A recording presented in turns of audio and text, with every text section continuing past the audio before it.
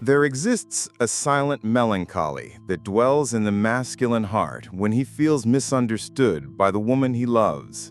It is a pain that echoes in the depths of his soul, yet never finds words to express itself. Carl Jung, in his timeless wisdom, revealed to us that the privilege of a lifetime is being who you truly are. However, when a man feels that his essence is not seen, valued, or understood by the woman he has chosen to love, he retreats into a silence that carries the weight of 1,000 unspoken words. Allow me to share a delicate yet transformative truth. Sometimes, without the slightest intention, we become the unwitting architects of the silent suffering of the one who loves us. And the tragedy lies in the fact that he, conditioned by centuries of social expectations about masculine strength, will never reveal the extent of his vulnerability.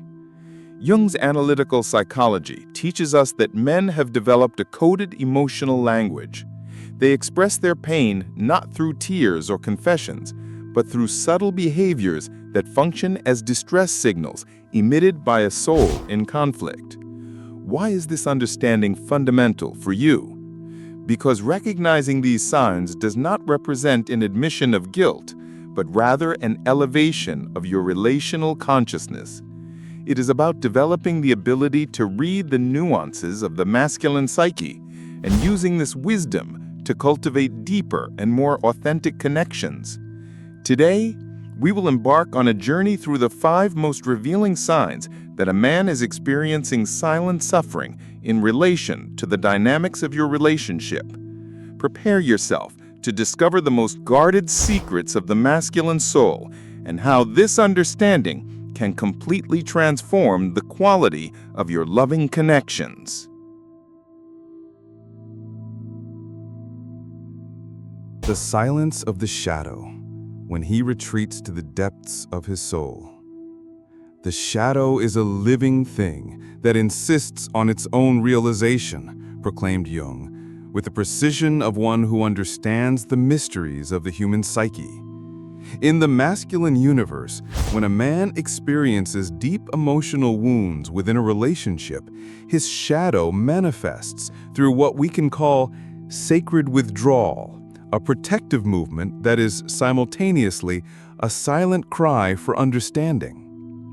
This is not the common silence that follows an everyday argument.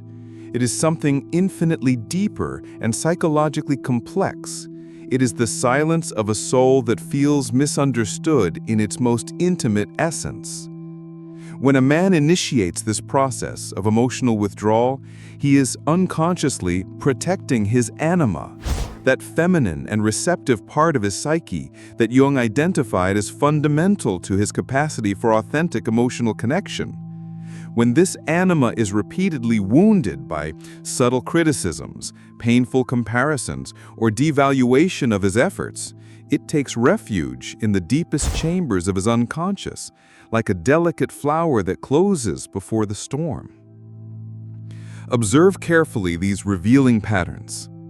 He ceases to share the precious details of his daily life, not from lack of love, but because he has developed an unconscious belief that his experiences have lost value in your eyes. His responses transform into monosyllables, laden with resignation. It's fine, normal, nothing important, as if he were rationing his emotional energy for an internal battle of which you don't even suspect the existence. The most devastating sign? He stops asking questions about you, about your dreams, your fears, your joys. This happens because, psychologically, he is shielding himself against the possibility of more rejection or invalidation. It's as if his psyche whispered, "If I don't allow myself to care deeply, I cannot be heard again." Behind the scenes of his mind, a painful narrative of inadequacy is being written. Perhaps you mentioned, even in passing, how a friend's partner is more attentive, or how wonderful it would be if he possessed certain qualities of some admired public figure.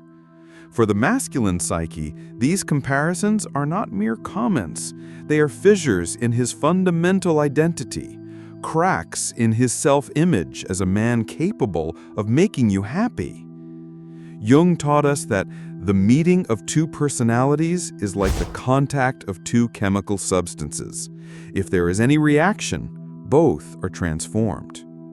When a man withdraws emotionally, he is signaling that the alchemy of your relationship is producing a painful transformation in his perception of himself.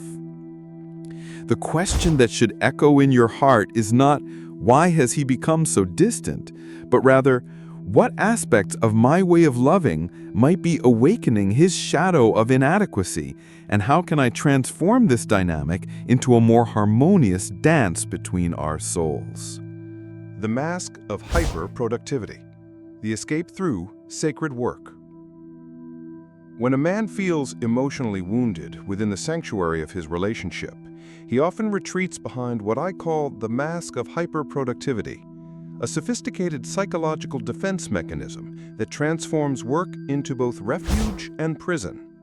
This is not the natural dedication of a man pursuing his purpose. This is something far more complex and heartbreaking. It is the desperate flight of a soul seeking to rebuild its shattered sense of worth through external achievements, hoping to silence the internal voice that whispers of his romantic inadequacy. When a man begins to immerse himself obsessively in work, projects, or goals, he is unconsciously attempting to restore his wounded masculine archetype. Jung taught us that the healthy masculine finds its power through purposeful action and competence. However, when this archetype is damaged within the relational sphere, he seeks to heal it through the only domain where he still feels capable of success. Observe these subtle yet profound manifestations. He begins working longer hours, not because his job demands it, but because the office becomes a sanctuary where his value is measurable and his contributions are recognized. He starts new projects with an almost manic intensity, as if each completed task could somehow compensate for his perceived failures as a partner. The most revealing aspect? He speaks about his work achievements with an enthusiasm that seems disproportionate, almost desperate. This happens because, psychologically, he is trying to demonstrate his worth to you through the only language you might still respect, the language of success and productivity. What truly unfolds in the depths of his psyche is a painful internal dialogue. If I cannot make her happy as a man, perhaps I can at least make her proud as a provider. If my love is not enough, maybe my success will be. This is the tragic alchemy of a wounded masculine heart, transforming emotional pain into relentless action. You might notice that he begins to define himself almost exclusively through his professional identity. He introduces himself by his job title, speaks constantly about his goals, and measures his daily worth by his productivity levels. This is because work has become his new persona, a mask that hides the vulnerable man who fears he is not enough for the woman he loves. Jung warned us that the persona is a mask that feigns individuality, making others and oneself believe that one is individual, whereas one is simply acting a role. When a man escapes into hyperproductivity, he is wearing this mask so tightly that he begins to lose touch with his authentic emotional self. The most heartbreaking irony? The more he achieves professionally, the more emotionally distant he becomes from you. This happens because each success reinforces his unconscious belief that his value lies in what he does, not in who he is. He becomes trapped in a cycle where love feels dangerous and achievement feels safe. The question that should illuminate your understanding is not, why is he so obsessed with work? But rather, how might your responses to his emotional expressions have led him to believe that his productivity is more valuable than his presence? The inversion of roles when he seeks constant validation. The meeting of two personalities is like the contact of two chemical substances. If there is any reaction, both are transformed, Jung revealed. Yet he could never have anticipated how profoundly this transformation would manifest in the modern masculine psyche when faced with relational wounds. When a man begins seeking constant validation from you, Something sacred within his psychological architecture has shifted. This is not the natural desire for appreciation that exists in all healthy relationships. This is the collapse of what Jung called the traditional masculine archetype, a psychological earthquake that leaves him grasping for external confirmation of his worth. In the classical Jungian framework, the healthy masculine derives its strength from an internal sense of purpose and self-direction. However, when this internal compass is repeatedly questioned, criticized, or dismissed within the relationship, something devastating occurs. He begins to outsource his self-worth to your approval, creating a dynamic that is as uncomfortable for you as it is emasculating for him. Observe these profound shifts in his behavior. He begins asking for your opinion on decisions he would have previously made independently, not because he values your input, but because he has lost trust in his own judgment. He seeks reassurance about his appearance, his choices, his thoughts with a frequency that feels almost childlike. Most tellingly, he begins to modify his authentic self to match what he believes will earn your approval. The most heartbreaking manifestation, he starts celebrating his achievements only after receiving your validation. A promotion at work feels meaningless until you express pride. A personal accomplishment remains hollow until you acknowledge it. This happens because his internal validation system has been so damaged that external approval has become his only source of psychological nourishment. What unfolds in the hidden chambers of his psyche is a tragic reversal of archetypal roles. Jung spoke of the animus and anima, the masculine and feminine principles within each person. When a man's internal masculine, his animus, is wounded, he unconsciously begins to embody wounded feminine energy, seeking the very validation, emotional security that he was once capable of providing. You might notice that he becomes hypersensitive to your moods, almost like an emotional barometer, constantly measuring the atmospheric pressure of your approval.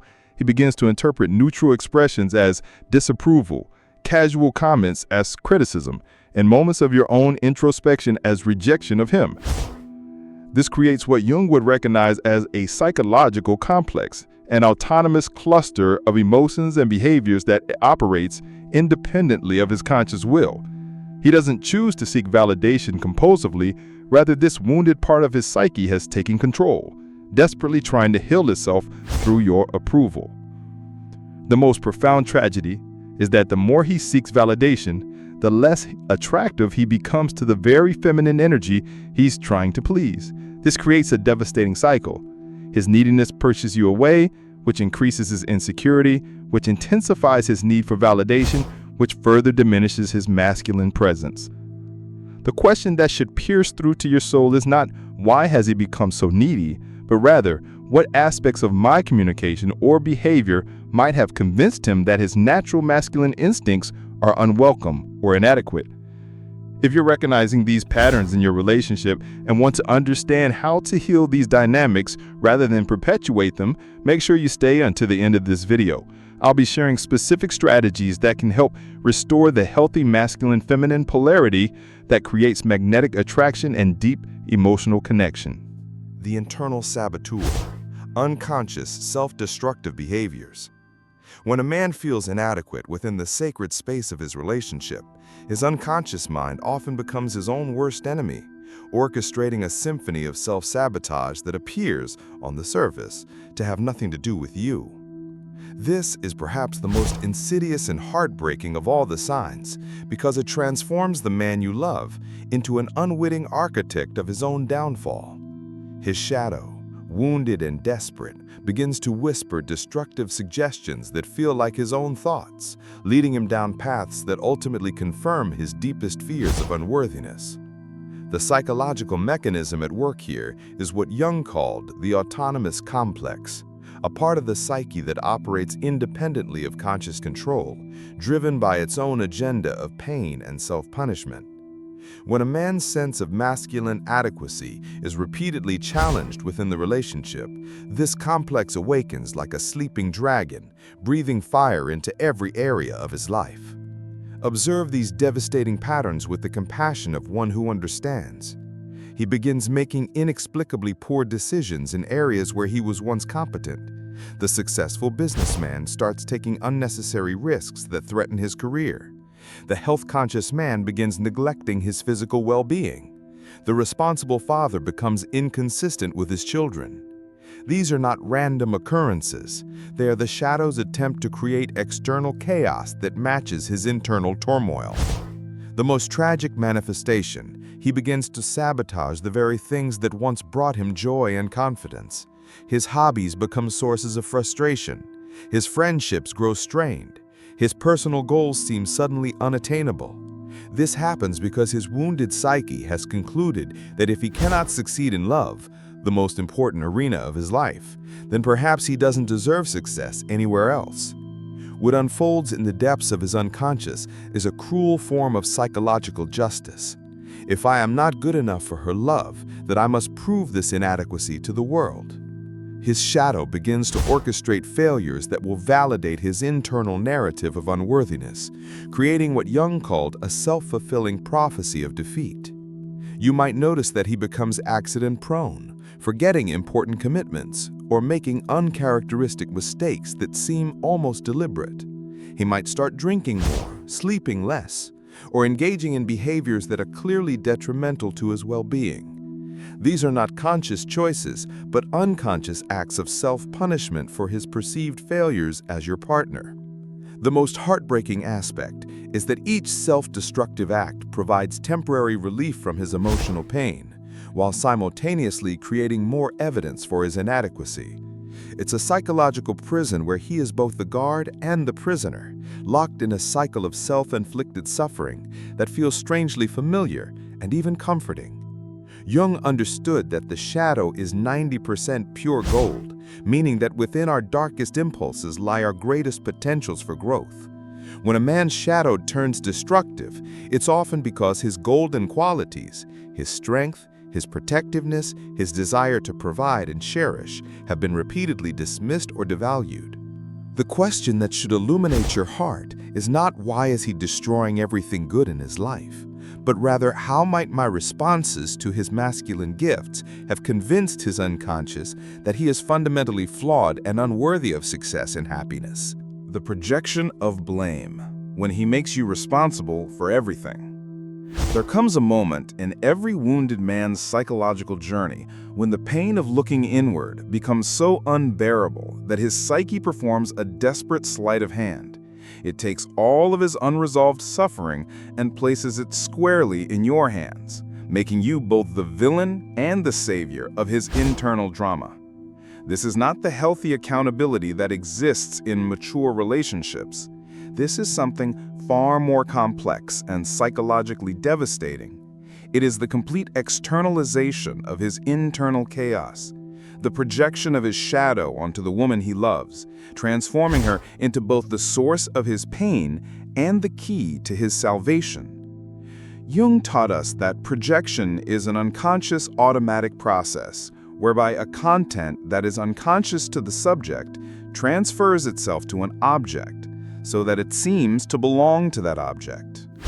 When a man begins to blame you for everything, his moods, his failures, his dissatisfaction with life, he is unconsciously attempting to rid himself of the unbearable weight of his own perceived inadequacy by placing it squarely on your shoulders. Observe these profound and painful manifestations. He begins to attribute his emotional states entirely to your actions.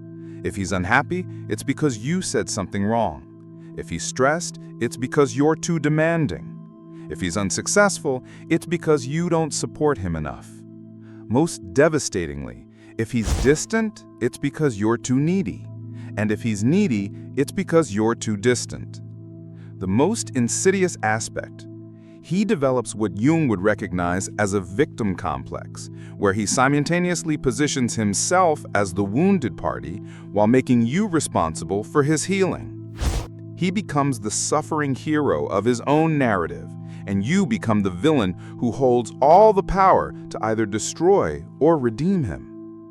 What unfolds in the labyrinth of his unconscious is a complete reversal of psychological responsibility. His shadow whispers, "If she would just change, I would be happy. If she would just appreciate me, I would feel worthy. If she would just love me correctly, I would be whole." This projection serves a dual purpose.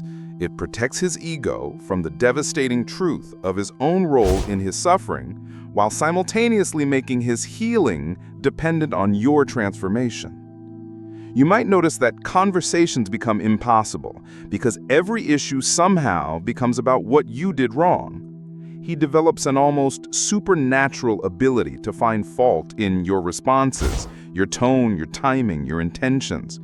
Even your attempts to help or show love are reinterpreted through the lens of his projection as evidence of your inadequacy or manipulation.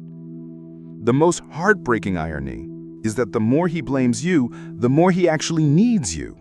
His projection has made you the center of his psychological universe. You are simultaneously his tormentor and his savior, his problem and his solution. This creates an impossible dynamic where he cannot live with you because you're the source of all his pain, and cannot live without you because you're the only one who can fix him. Jung warned that the psychological rule says that when an inner situation is not made conscious, it happens outside as fate. When a man projects all his shadow material onto you, he is ensuring that his internal conflict will play out eternally in your relationship, creating a fate where both of you are trapped in roles neither of you consciously chose.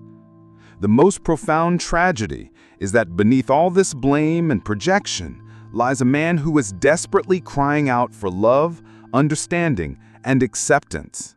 His accusations are actually inverted confessions.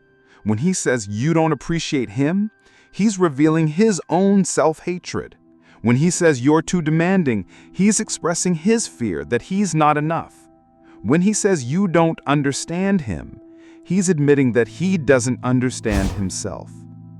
The question that should resonate in the depths of your soul is not, why does he blame me for everything, but rather, how can I maintain my own psychological integrity while compassionately witnessing his shadow projections without absorbing them as truth about myself? Allow me to offer you this essential truth. Understanding these patterns is not about accepting blame, but about claiming your power to transform the very dynamics that create such suffering. The 5 signs we've explored, the shadow's silence, the escape into hyperproductivity, the desperate search for validation, the unconscious self-sabotage, and the projection of blame, are not character flaws in the men we love. They are the psychological symptoms of souls crying out for a love that sees, accepts, and honors their deepest essence. Jung reminded us that the most terrifying thing is to accept oneself completely. When a man exhibits these behaviors, he is revealing his terror of being truly seen and potentially rejected for who he authentically is. Your awareness of these patterns gives you the extraordinary opportunity to become the woman who creates safety for his authentic self to emerge. Here are 3 practical steps you can implement immediately. First, practice what I call conscious witnessing. When you notice any of these 5 signs, resist the urge to take them personally or react defensively. Instead, breathe deeply and remind yourself, this behavior is not about me, it's about his wounded relationship with himself. This simple shift in perspective will prevent you from feeding the very dynamics that perpetuate his suffering. Second, become a mirror of worth. Instead of focusing on what he's doing wrong, begin reflecting back to him what he's doing right. When he shares something about his day, respond with genuine interest. When he makes an effort, acknowledge it specifically. When he shows vulnerability, honor it as the gift it truly is. Your appreciation becomes the medicine that heals his wounded anima. Third, establish what I call loving boundaries. You cannot heal his projections by absorbing them, nor can you fix his self-sabotage by managing his life. Love him enough to refuse to participate in dynamics that diminish both of you. Say things like, I love you, and I won't accept responsibility for your emotions, or I believe in your capability to handle this situation.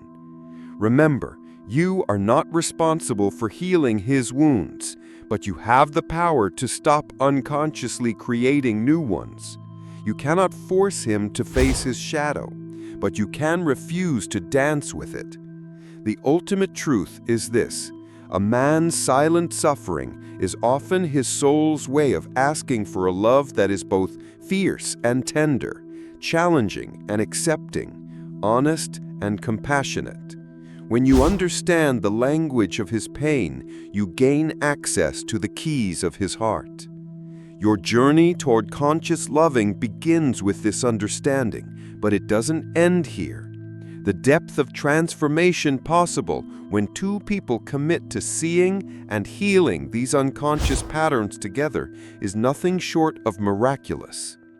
If this exploration has resonated with your experience, if you've recognized your relationship in these patterns, know that awareness is always the first step toward transformation. The very fact that you've stayed with me through this deep dive into the masculine psyche reveals your commitment to love that transcends the surface and touches the soul.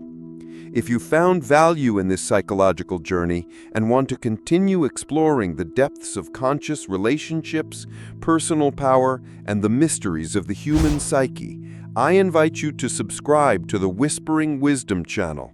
Here we dive deep into the transformative insights that can revolutionize not just your relationships, but your entire approach to life and love. Hit that subscribe button and join our conscious souls, committed to growth, understanding, and authentic connection.